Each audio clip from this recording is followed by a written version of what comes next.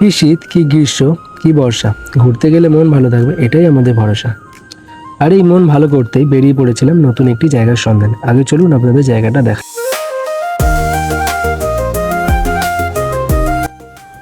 নমস্কার বন্ধুরা, চলে এসেছে আজকে নতুন একটা ভিডিও নিয়ে।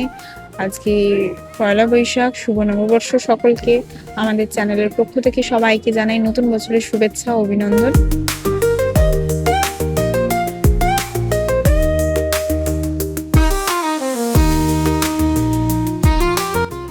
নমস্কার বন্ধুরা, সকলকে জানাই শুভ নববর্ষের আন্তরিক প্রীতি শুভেচ্ছা ও অভিনন্দন।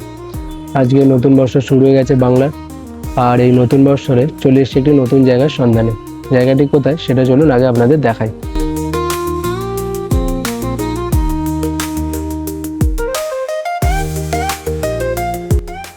আপনারা যদি মনে করেন এটা দক্ষিণেশ্বর, তাহলে ভুল ধারণা।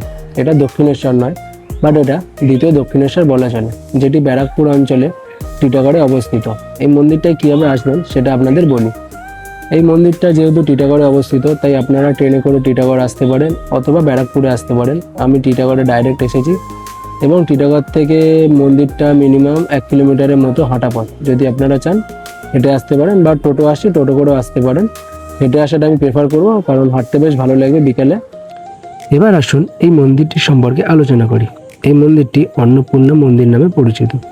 এই মন্দিরটি তৈরি করেন রানী রাসমণি দেবীর ছোট কন্যা জগদম্বা দেবী 1875 সালে 12 এপ্রিল।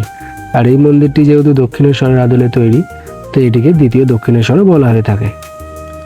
এই মন্দিরটির আনুমানিক বয়স 150 বছরেরও পুরনো। আর এখানে শুধু অন্নপূর্ণা মন্দির নেই, সাথে আছে নাট মন্দির, শীতল মন্দির, শিব মন্দির, এছাড়াও আছে রাধাকৃষ্ণের মন্দির।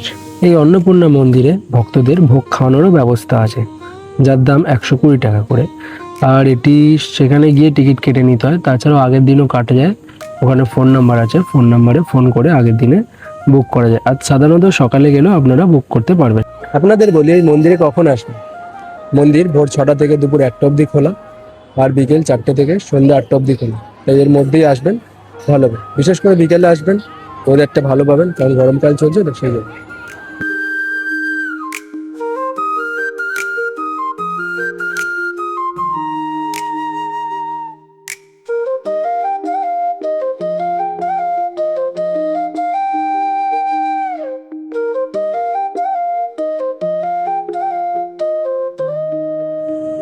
আর এই অন্নপূর্ণা মন্দির থেকে বেরিয়ে কিছুটা হাঁটা পথেই রয়েছে গঙ্গার ঘাট। আপনারা সেখানেও গিয়ে সময় কাটাতে পারবেন, খুবই ভালো লাগবে। এটা হলো সেই বেলতলা, যেখানে শ্রী রামকৃষ্ণদেব এসে এই বেলতলার মধ্যে বসে থাকতেন।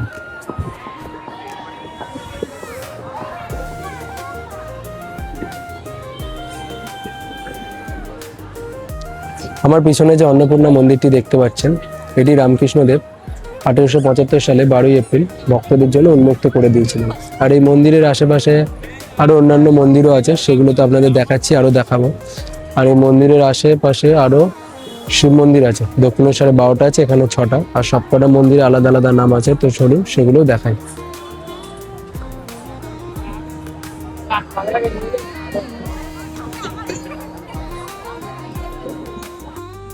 যেহেতু এই মন্দিরটি রানী রাসমণি দেবীর কনিষ্ঠ কন্যা জগদম্বা দেবী তৈরি করেছিলেন, তাই সেখানে গেলে আপনারা ওনার একটি মূর্তিও দেখতে পারবেন।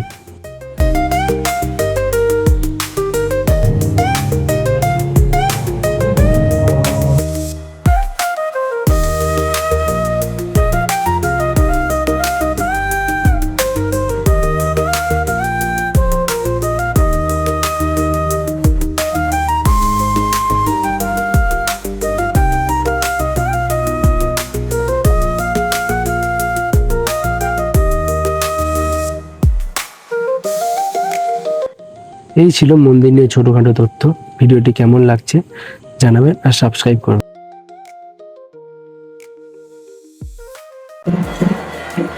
শুনতে পাচ্ছেন আপনার ব্যাকগ্রাউন্ডে ঢাকঢোলের আওয়াজ হচ্ছে, এখন আরতি হচ্ছে, তাই ওই ভিডিও করা যাবে না। আপনাদের বলি, যদি আপনারা মন্দিরে পুজো দিতে চান, তার ব্যবস্থা আছে।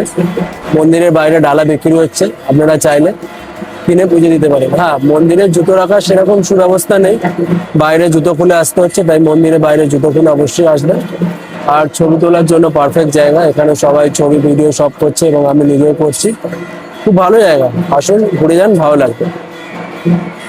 আর পশুপতিনাথের বলে আমার পরম ভক্ত ডোগেশ ভাই হয়ে গেছে।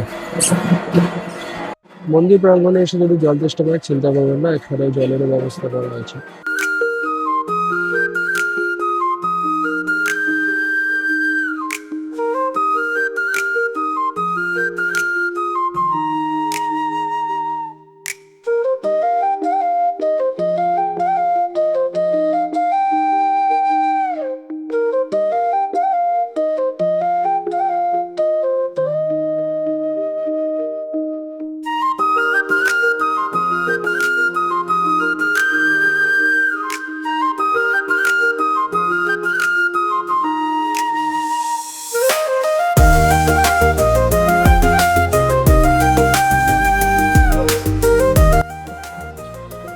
তো আমাদের মন্দির ঘোরা শেষ, এবার বাড়ি যাওয়ার পালা। ভিডিওটি কেমন লাগলো অবশ্যই জানাবেন।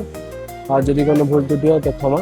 পরের ভিডিওর জন্য পাশে থাকবেন। আর ততদিনের জন্য like, comment, share. Tata, bye bye. চলো।